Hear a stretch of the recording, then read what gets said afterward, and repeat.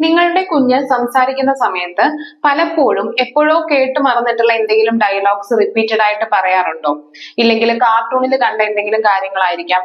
അതേ ടോണില് വല്ലപ്പോഴും ഒക്കെ ഇങ്ങനെ വീട്ടിൽ അത് ഇടയ്ക്കിടയ്ക്ക് പറഞ്ഞുകൊണ്ടിരിക്കുന്ന ഒരു ശീലമുണ്ടോ? അതുപോലെ തന്നെയാണ് നമ്മൾ എന്തെങ്കിലും ഒരു കാര്യം കുഞ്ഞിനോട് ചോദിക്കുമ്പോൾ ആ ചോദിച്ച ചോദ്യം തന്നെ അതേ പാറ്റേണിൽ തിരിച്ച് റിപ്പീറ്റ് ചെയ്യുക. അതായത് നമ്മൾ ചോദിച്ച ചോദ്യത്തിന് ഉത്തരം പറയുന്നതിന് പകരം, ഇപ്പം എക്സാമ്പിൾ പറയുകയാണെങ്കിൽ മോന്റെ പേരെന്താന്ന് ചോദിച്ചു കഴിഞ്ഞാൽ കുഞ്ഞ് അതേപടി മോന്റെ പേരെന്താന്ന് തിരിച്ച് ചോദിക്കുക.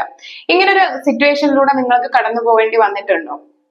അങ്ങനെയാണെങ്കിൽ ചിലപ്പോൾ നിങ്ങളുടെ കുഞ്ഞൊരു ജസ്റ്റ് ലാംഗ്വേജ് പ്രോസസർ ആയിരിക്കാം. അവരുടെ ലാംഗ്വേജ് ഡെവലപ്മെന്റ് നടക്കുന്നത് ഈ ഒരു GLP വഴി ആയിരിക്കാം.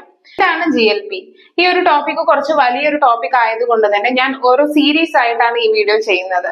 എന്തായിരുന്നാലും ഇങ്ങനെയുള്ള ഒരു ലാംഗ്വേജ് പ്രോസസ്സിംഗ് തെറ്റായ രീതിയാണോ, അല്ലെങ്കിൽ ഇത് ഓട്ടിസം ഉള്ള കുട്ടികളിൽ മാത്രമാണോ കാണുന്നത് എന്നുള്ളതാണ് കൂടുതലായും എല്ലാവർക്കും ഒരു സംശയമുള്ളത്. പക്ഷെ ഇങ്ങനത്തെ ഒരു കാര്യം ന്യൂറോ ടിപ്പിക്കലി ഡെവലപ്പിംഗ് ചിൽഡ്രൻസിലും കാണാം, ന്യൂറോ ഡൈവേർജന്റ് ചിൽഡ്രൻസിലും കാണാം. അപ്പോൾ ഇത്തരം കുട്ടികളിൽ കുറച്ച് വ്യത്യസ്തമായ രീതിയിലാണ് അവർ ലാംഗ്വേജ് പ്രോസസ്സിംഗ് നടക്കുന്നത്. അവർ എപ്പോഴും ഇങ്ങനെ റിപ്പീറ്റ് ചെയ്യുന്ന കാര്യങ്ങൾ ഒരു ഈണത്തിൽ അല്ലെങ്കിൽ ഒരു പ്രത്യേക ഇന്റോണേഷൻ പാറ്റേണിലായിരിക്കും തിരിച്ചു പറയുന്നത്. എപ്പോഴോ കേട്ട് മറന്ന ഒരു സെന്റൻസ് ഇടയ്ക്കിടയ്ക്ക് റിപ്പീറ്റ് ചെയ്യാം. അങ്ങനെ പലതരത്തിൽ കാണാറുണ്ട്. എന്തായിരുന്നാലും ഇതൊരു തെറ്റായ രീതി എന്ന് നമുക്ക് പറയാൻ പറ്റില്ല. അവർ ഒരു വ്യത്യസ്ത രീതിയിലാണ് അവിടെ ലാംഗ്വേജ് പ്രോസസ്സിംഗ് നടക്കുന്നത്.